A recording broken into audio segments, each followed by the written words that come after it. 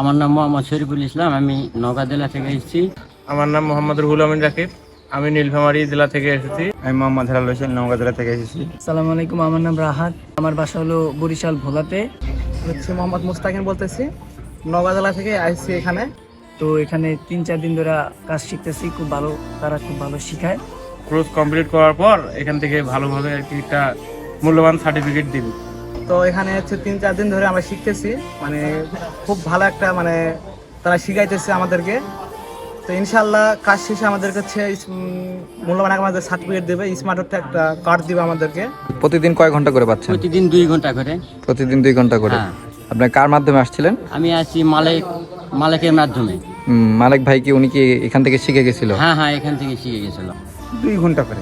2 ঘন্টা করে। হ্যাঁ। এমনি প্রপারলি আত্মবিশ্বাস আছে তো আপনার? হ্যাঁ, যাক আলহামদুলিল্লাহ। কোন দেশে যাচ্ছেন আপনি? সৌদি আরবে। সৌদি আরবে যাচ্ছেন। আচ্ছা ঠিক আছে। আপনারা যদি কেউ আসতে চান তাহলে আসতে পারেন এখানে। তো আপনারা যদি চান তো এখানে যোগাযোগ করে ঠিকানা আসতে পারেন।